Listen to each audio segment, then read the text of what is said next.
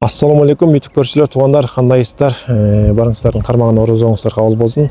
Бүгін 8 апрель 2024 болып қалды. Соп іш жазайлы 2024 жылдың 5-ші чығарылышын шығарған тұрмыз, туғандар. Құдай бұйырса, бүгін ошол бір жігіт өзім атыман деп, бір үйлөгі продукты алып берейін деп ниет қылды эле. Ошол жігіт аз жанында эле турат. Видео тартып, өзүн көрсөтпөй эле коёк. Жанагы өзүнүн машинасы менен ошол үйлөгө тапшырып келейик деп ушуна ниет кылып атат. Машинасын да көрсөтпөйбүз. Şu жигитибизге Аллахым разы болсын. Ден соолук берсин, Аллахым жана кылган амалдарын кабыл кылсын. Аллахым жана бардык ой тилектерин кабыл кылсын.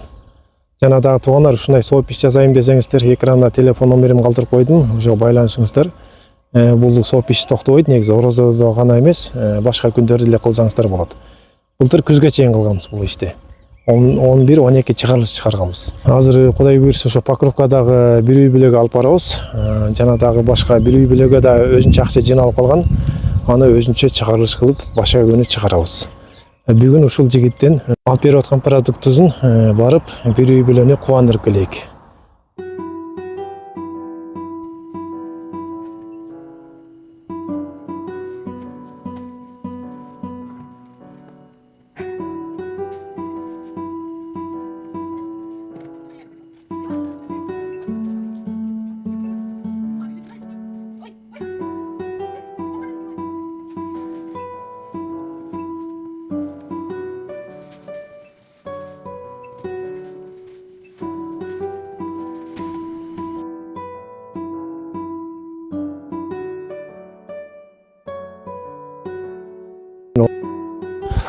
Туғандар, бұл үйді бүрі жана көрсөтүп берди эле.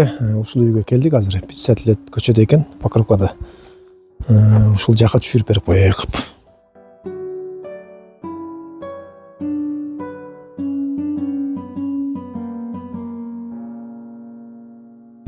Момузман бир тууганыбыз ушундай иш кылып бүгүн.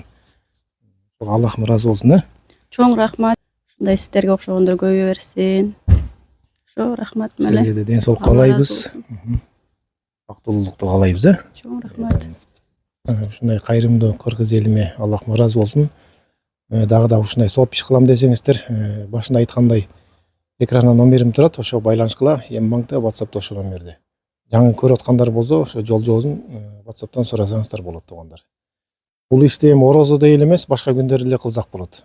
Баардык күндөрдө ошол сооп иш кылсаңыздар болот, туугандар.